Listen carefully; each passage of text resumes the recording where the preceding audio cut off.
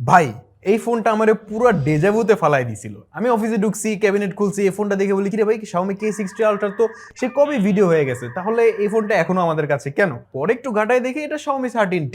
মানে একটু কম একটু বেশি এই থিওরি অ্যাপ্লাই করে সবাই নতুন নতুন ফোন বাজারে লঞ্চ করে যাচ্ছে, এদিক দিয়ে ধোকা খেয়ে কনফিউজ হয়ে যাচ্ছি আমরা। তবে এডিসিতে যেহেতু আসছেন, কোনো কনফিউশন থাকবে না। আজকে আমি তানভীর আছি আপনাদের সাথে আপনার কনফিউশন দূর করতে। তো চলেন এটার পুরো তদন্ত শুরু করি। ময়নাতদন্তের জন্য এই ফোনটা পাঠানো হয়েছে আনবক্সিং টেক থেকে। প্রিমিয়াম গ্যাজেট, ফোন, ম্যাকবুক বা ক্যামেরার সন্ধান পেয়ে যাবেন আনবক্সিং টেক থেকে। এছাড়া আগামী 10 নভেম্বর থেকে 31শে ডিসেম্বর পর্যন্ত আনবক্সিং টেকে চলছে ফ্ল্যাশ সেলের আয়োজন। থাকছে আপ টু 50% পর্যন্ত discount.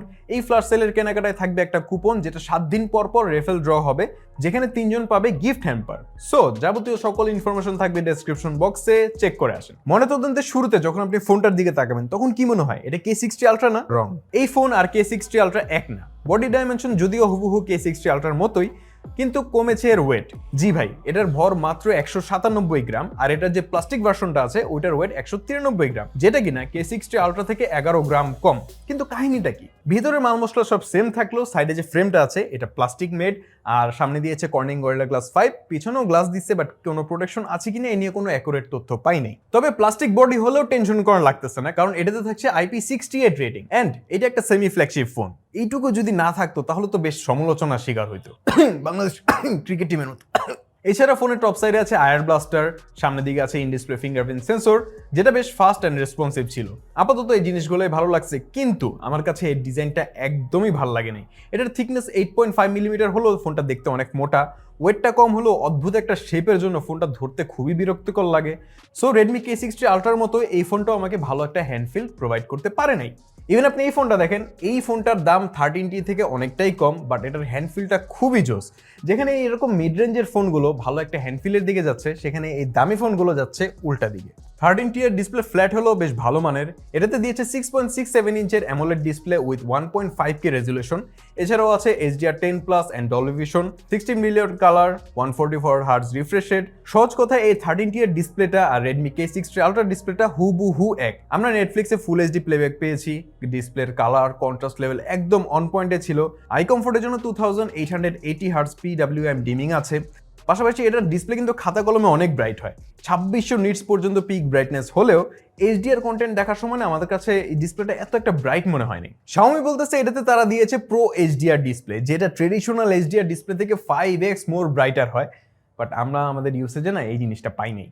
By the way, high brightness মোডে এটা 1200 নিটস পর্যন্ত পুশ করে, যেটার দ্বারা আমরা ভালো একটা ভিজিবিলিটি পেয়েছি হার্শ সানলাইট কন্ডিশনে। এন্ড মিডিয়া কনজাম্পশনের কথা যেহেতু চলতেছে, তাহলে এটার স্পিকার নিয়েও কথা বলতে হয়। ডুয়াল স্টেরিও স্পিকার আছে, সাউন্ড ভালো প্রোভাইড করতে পারে, আর লাউডনেসটাও ঠিকঠাক আছে। সো আপাতত যা যা এস্টাবলিশ হলো তার মধ্যে এটা ডিজাইনটা, ডিসপ্লেটা রেডমি K60 Ultraর সাথে মিলে যায়, বাট মিলে না কি জানেন?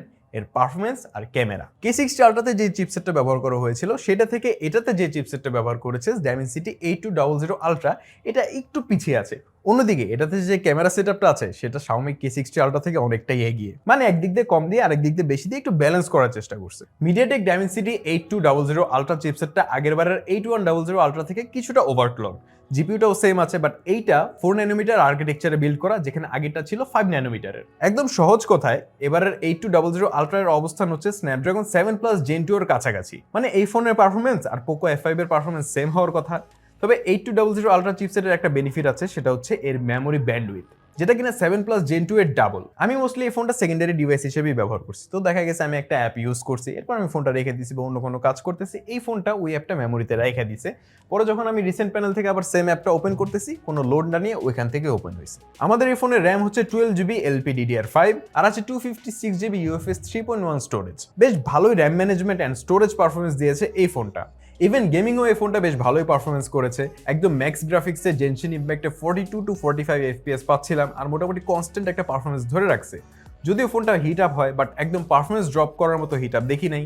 স্ট্রেস টেস্টের রেজাল্টও সেই কথাই বলতেছে, কোনো পারফরমেন্স ড্রপ নাই। বেশ ভালো একটা টেক্কা দিতে পারবে এই চিপসেটটা আগামী 2-3 বছর। আর ক্যামেরাতে কিন্তু ভাই এই ফোনটা একদম ফাটাই দিছে। মেন ক্যামেরা হিসেবে আছে 50 মেগাপিক্সেলের সনি IMX707 সেন্সর, থাকছে 50 মেগাপিক্সেলের একটা 2x টেলিফোটো লেন্স, আর থাকছে একটা 12 মেগাপিক্সেলের আল্ট্রা ওয়াইড লেন্স, আর এখানে দেখছেন লাইকা লেখা, এই 3টা ক্যামেরাই লাইকা দ্বারা টিউনড। টেলিফোটো আর আলট্রাওয়াইড দুইটা অমনিভিশনের সেন্সর হলেও ক্যামেরা সেটআপটা বেশ ইমপ্রেসিভ, যদিও ক্যামেরা হাউজিংটা অত একটা ইমপ্রেস করার মতো কিছু না। Xiaomi এর ওয়েবসাইটে 13T এর সব কথাবার্তা এই লাইকাকে নিয়ে, 3টা ক্যামেরায় লাইকা দ্বারা টিউন, তবে Xiaomi এই ফোনের মেইন ক্যামেরার লেন্সটা একটু অপটিমাইজ করেছে। তাদের ভাষ্যের মধ্যে তারা লেন্স ফ্লেয়ারটা কমাইছে, কিন্তু ভাই লেন্সটা কিন্তু এখনো প্লাস্টিকেরই রয়ে গেছে। তো চলেন দেখি কি হালচাল। মেইন ক্যামেরার ছবি বেশ ইমপ্রেসিভ, সবচেয়ে ভালো লাগে ডাইনামিক রেঞ্জ, বেশ অসাধারণ ছিল এন্ড প্রতিটা ছবি বেশ শার্প এন্ড ভালো ডিটেলস ধরে রাখে। Sony IMX707 সেন্সর নিয়ে আমাদের মোটামুটি আইডিয়া ছিল, কিন্তু Dimensity 8200 Ultra SoC এর ISP নিয়ে তেমন একটা আইডিয়া ছিল না, but both did a very good job.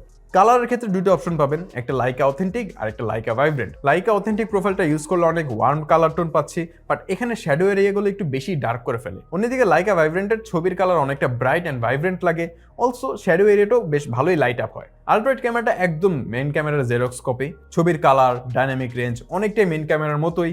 Laika colour profile এখানেও আছে অ্যান্ড বেশ ভালোই ছবি পাচ্ছিলাম আলট্রাওয়াইড থেকে। অলসো রাতের বেলায় Xiaomi 13T এর ক্যামেরাও বেশ ভালো ছবি তুলেছে।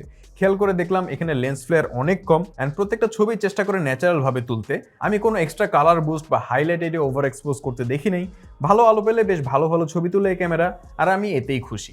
অন্যদিকে পোর্ট্রেট অপশন নিয়ে বলতেই হবে, কারণ 2x লেন্স দিছে, বাট এই যে মাস্টার লেন্স অপশনটা দেখতেছেন, এই ফিচারটা পোর্ট্রেট তোলার ক্ষেত্রে বেশ ভালো একটা অপশন বা কন্ট্রোল দিবে আপনাকে। আপনি আপনার পছন্দের মতো ফোকাল লেন্থে ছবি তুলতে পারবেন।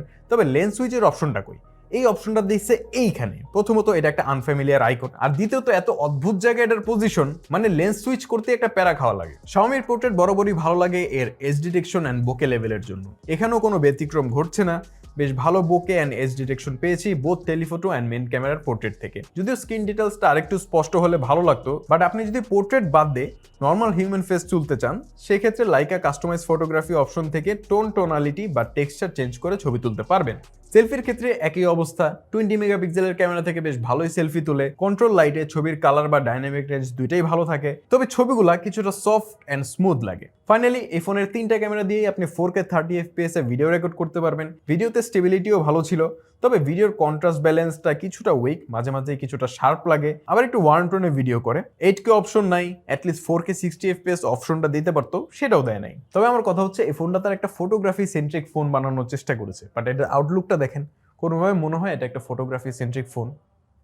তারপর এর MIUI, আমি নিজেও ভাই MIUI চালাই 5 বছর ধরে, আর আমার এক্সপিরিয়েন্স থেকে MIUI অনেক ফাস্ট বাট আনস্টেবল। হুটহাট এরর দিবে, টুকটাক বাগ থাকবে, আর স্টার্টার তো থাকেই মোটামুটি। সো এই ফোনটা আপাতত যা আছে ঠিকঠাক আছে। Global MIUI 14 on top of Android 13 A run করতেছে, বাট আমি এই ফোনে টুকটাক স্টার্টার পাইছি। এখন দেখা যাক সামনে কি হয়। বাই দ্য ওয়ে, এটাতে কিন্তু ব্লোটওয়ার অনেক কম, আর এই ফোনটা 4টা মেজর সফটওয়্যার আপডেট পাবে, সো এটা বেশ ভালো একটা দিক। এই ফোনটা 67 ওয়াট পর্যন্ত চার্জিং সাপোর্ট করে, আর চার্জিং স্পিডটা মোটামুটি স্যাটিসফাইং ছিল। 45 to 50 মিনিটের মধ্যে ফুল চার্জ হয়ে যাচ্ছিল, আর এর 5000 mAh ব্যাটারি থেকে এভারেজ ইউসেজে মোটামুটি 7.5 ঘন্টার মতো স্ক্রিন অন টাইম পেয়েছি, আর হেভি ইউসেজে 6.5 ঘন্টা থেকে 7 ঘন্টার মতো গিয়ে ঠেকে। সো ব্যাটারি ব্যাকআপের দিক থেকে ভালোই বলা যায় Xiaomi 13T কে। তবে ভাই লোকে বলে শেষ ভালো যা সব ভালো তার, তাই এটার প্রাইসটা একদম শেষে রাখছি। বর্তমানে এটার প্রাইস হচ্ছে 52,500 টাকা। ওয়েল, আমার কাছে Xiaomi 13T কে ইউজ করে মনে হলো এটা ক্যামেরা সেন্ট্রিক ব্যালেন্স পারফর্মিং একটা ফোন, বাট এটার যে আউটলুক, এটার যে হ্যান্ড ফিল, এটা কোনোভাবেই প্রিমিয়ামনেসের ধারে কাছে নেই। এই Xiaomi 13T এর ক্ষেত্রে ব্যাপারটা হয়ে গেছে যে ডোন্ট জাজ এ বুক বাই ইটস কভার। এটার ভিতরে দিয়ে সব ঠিকঠাক থাকলেও বাইরে দিয়ে সদরকার। আমার কাছে পার্সোনালি এখন লুকস খুব একটা ম্যাটার না করলেও হ্যান্ড ফিলটা অনেক ম্যাটার করে ভাই। এই ফোনটা আরেকটু কমফোর্টেবল হওয়া দরকার ছিল, বাট দেন এগেন বাকি সব দিক দিয়ে it's a very good phone. 50 থেকে 55 হাজার টাকা বাজেটে এটিসির সাজেশন লিস্টে এই ফোনটা থাকবে। টাটা।